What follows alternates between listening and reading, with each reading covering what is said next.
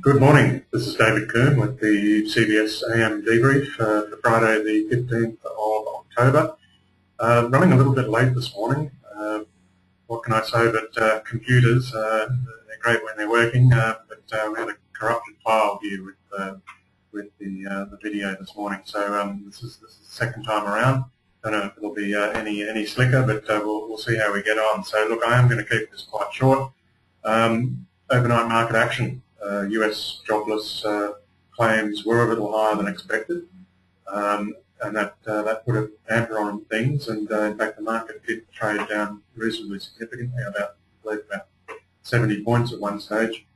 And but it did manage to put in a bit of a recovery there to close down just a smidgen.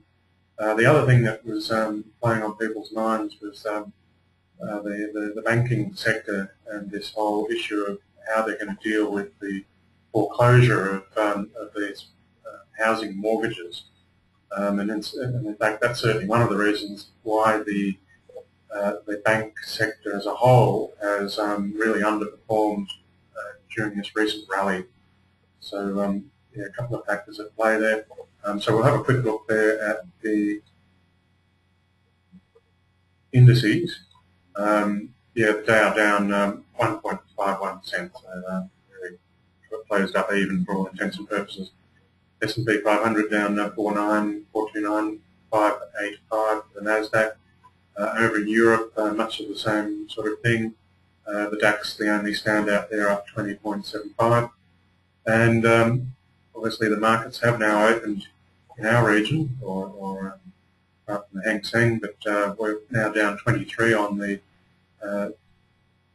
SPY 200 and Nikkei down 10. So probably going to see a bit of perhaps a bit more selling continue throughout the day. Given that we have had had a very strong showing yesterday, so kind of be inclined to expect that. Okay, moving on to our commodities. West Texas 82, actually now up 21. It was actually down a little bit earlier on, but it seems to be getting bid up here a bit. Coffee 187.60, corn 165 rather. Cotton, which is of course those of you that are following the cotton warrant, is where we're trying to get short, and clearly there's some legs in that. So I can confirm that we didn't get set on that cotton warrant. There does still seem to be some strength there and some steam and whatnot in that particular market.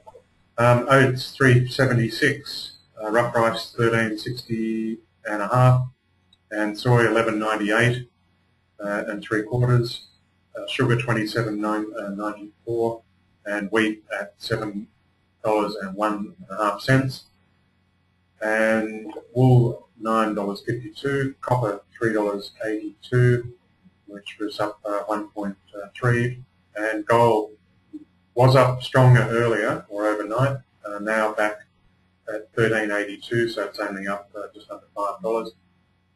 Silver still putting in a better showing there, 24.77.5, up 0.34 or 34 cents.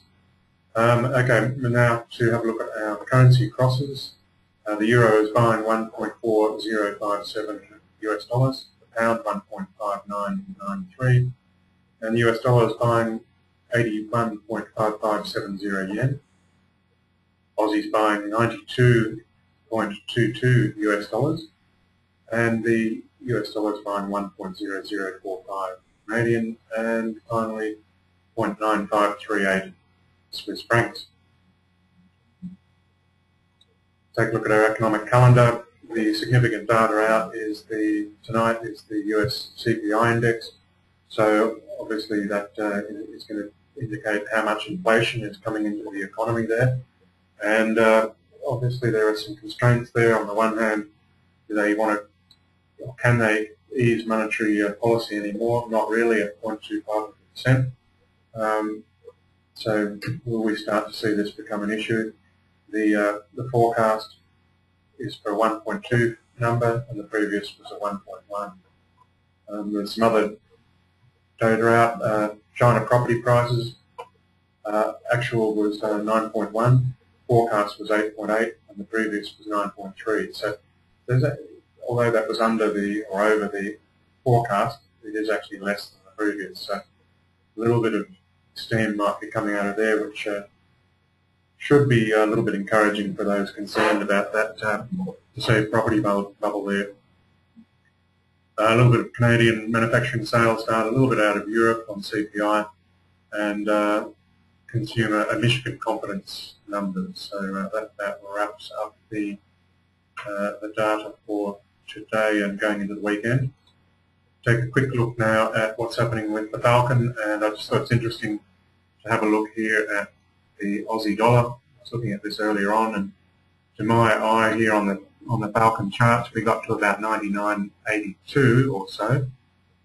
So not quite parity. The media can have to be a little bit more patient there before they can scream those headlines across the front page of all of our major newspapers.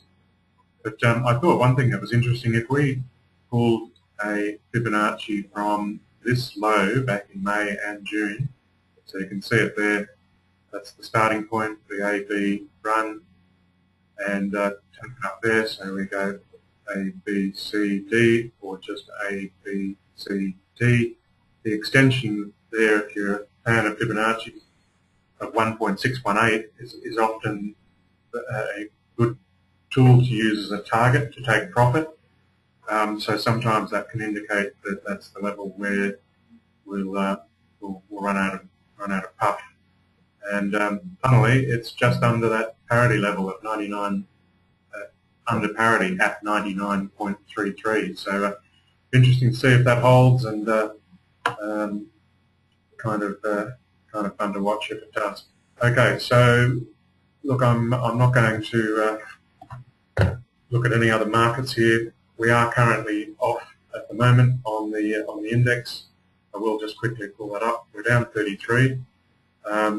Not looking like we're wanting to recover here unless we see some buying coming in this afternoon. But right now we're seeing more of this evidence of this rollover here, and we're just trading in this range, seemingly. So I guess we'll know soon enough what way the market's going to go. I'll leave it at that. As I say, it's been a little bit of a hectic morning here. Wish everyone a good weekend, and thanks as always for your interest in the CBS AM debrief. Bye for now.